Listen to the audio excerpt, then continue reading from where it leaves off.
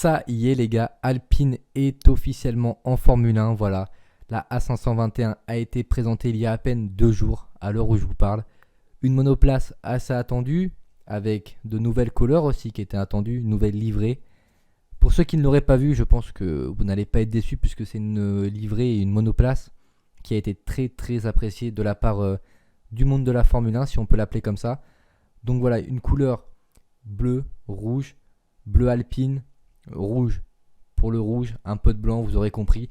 Une monoplace aux couleurs de la France et ça fait plaisir parce que c'est un engagement qui a été respecté. Voilà, je pense que c'est très chauvin de dire ça, mais beaucoup de personnes souhaitaient avoir une marque française en Formule 1 avec des couleurs françaises, ce qui n'était pas le cas avec Renault. Et pour le coup, là, c'est respecté. Alors, c'est vrai que c'est bien beau d'avoir une belle voiture, une belle livrée, mais tout le monde se demande un petit peu comment va arriver Alpine dans le monde de la Formule 1 cette année. Alpine, anciennement Renault, je pense qu'ils vont quand même garder une base de la voiture, puisque de toute façon, on ne peut pas beaucoup la modifier. Mais voilà, c'est des questions qui se posent. Où va se situer Alpine dans le peloton ? Est-ce qu'il va quand même y avoir des changements majeurs à effectuer du fait que ce ne soit plus Renault mais Alpine ? Plein de questions comme ça en suspens auxquelles on n'a pas encore forcément de réponse. Alors du côté du staff, on va dire, donc Luca Di Meo s'est exprimé. Il a parlé quand même de titres, de victoires. Donc peut-être pas dans l'immédiat, mais peut-être dans 2 ou 3 ans. Voilà, il a quand même parlé.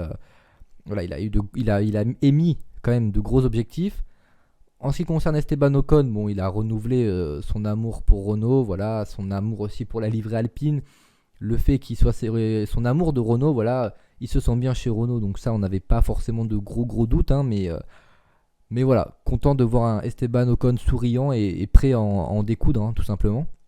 En ce qui concerne Fernando Alonso, il n'était pas présent au lancement, malheureusement, notamment dû au fait qu'il ait été accidenté, comme vous le savez, pendant un entraînement de cyclisme et que voilà, il n'est pas passé loin de la catastrophe, le petit Fernando.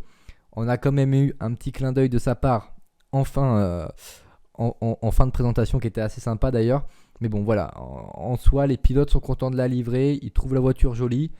Ils ont quand même des beaux objectifs. Ils ont l'air pressés voilà, d'en découdre avec cette nouvelle marque, cette nouvelle écurie on va dire. Et puis des directeurs qui ont quand même aussi pas mal d'ambition au final. Donc de toute façon, on sera très très vite fixé, hein, puisque les essais hivernaux arrivent dans une dizaine de jours. Le premier Grand Prix dans moins d'un mois, donc pressé de voir comment ça va se dérouler, pressé de voir si Fernando Alonso va bien s'adapter à la voiture, s'il va revenir vraiment en forme après son accident, pressé de voir si Esteban Ocon va réussir à tenir le cap face à Fernando Alonso, ce qui serait bien, hein, une petite concurrence saine entre les deux. Je pense que c'est ce dont Alpine a besoin pour continuer à progresser.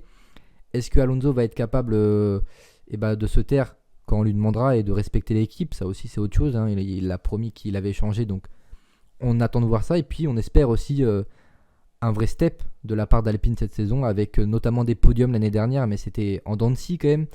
C'était souvent sur des coups de chance entre guillemets, des événements de course. Donc là on espère pourquoi pas voir Renault se battre avec Red Bull ou Aston Martin. Je pense que ça serait un bon objectif cette année. À voir où sera Ferrari, mais ça peut être un milieu de peloton assez intéressant. Donc voilà les amis. En tout cas, dites-moi en commentaire ce que vous pensez de cette magnifique Alpine, les gars. Dites-moi comment vous voyez la saison de cette nouvelle écurie, on va dire. Comment vous voyez la saison des pilotes également, ça m'intéresse. Ça m'a fait plaisir de vous reparler.